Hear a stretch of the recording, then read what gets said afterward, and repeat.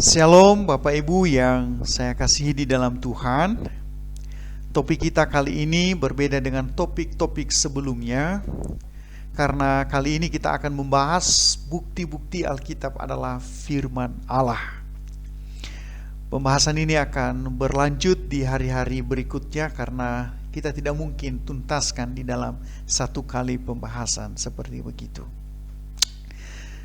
Nah, Bapak Ibu yang saya kasih di dalam Tuhan, apa sih sebenarnya bukti bahwa Alkitab itu adalah firman Allah? Bukti yang pertama, Bapak Ibu, penggenapan nubuatan yang sangat akurat sekali. Apa itu penggenapan dan apa itu nubuatan, Bapak Ibu? Mari kita lihat Kisah Para Rasul pasal yang ketiga ayat yang ke-11. Dikatakan di sini, tetapi dengan begitu Allah mewujudkan hal-hal yang Dia katakan sebelumnya melalui mulut para nabi, bahwa Kristus akan datang menderita.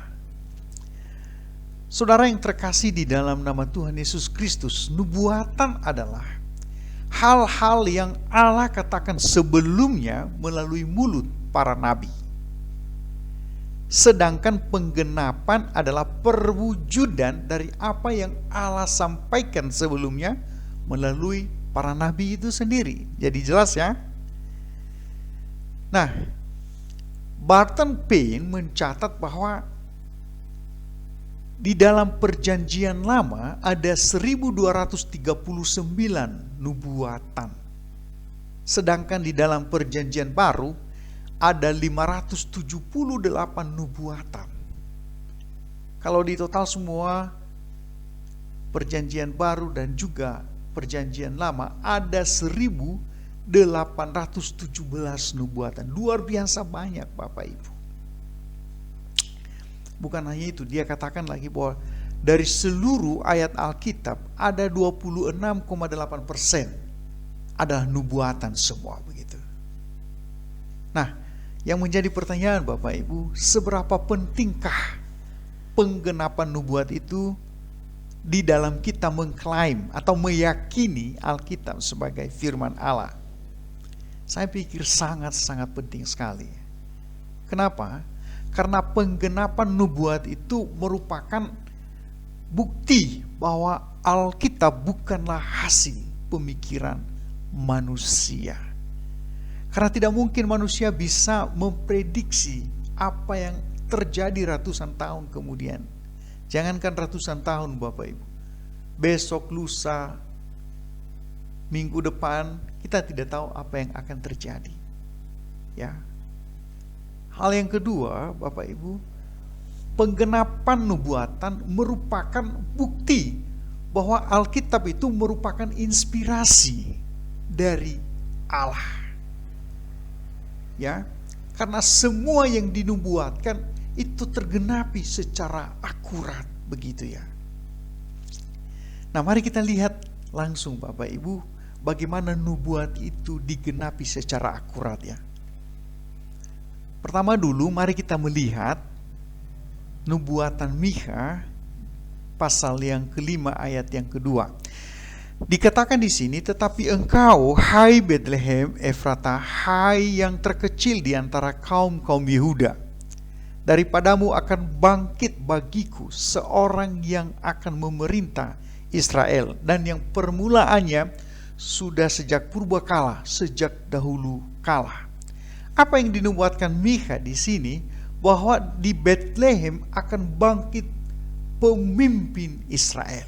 Dalam hal ini adalah Yesus.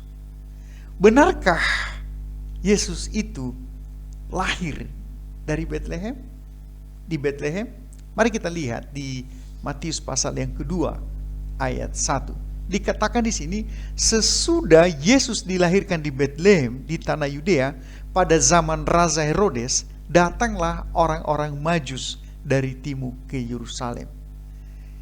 Ini tergenapi secara akurat, Bapak Ibu. Bagaimana mungkin Mikha bisa meramalkan bahwa di Bethlehem akan lahir Yesus. Padahal Mikha ini 700 tahun sebelumnya, Bapak Ibu. Kalau bukan Tuhan yang mengintervensi Mikha pada saat itu, tidak mungkin itu bisa terjadi, Bapak Ibu. Nah, puji Tuhan akan hal itu. Nah, hal yang kedua, di dalam Hosea pasal 11 ayat yang pertama dikatakan, ketika Israel masih muda, kukasihi dia, dan dari Mesir kupanggil anakku itu. Apakah ini juga tergenapi? Di dalam Matius pasal 2 ayat 14-15 dikatakan, bangunlah, ini disampaikan kepada Yusuf, bawalah anak itu dan ibunya ke negeri Israel. Dari mana, Bapak Ibu? Itu dari Mesir.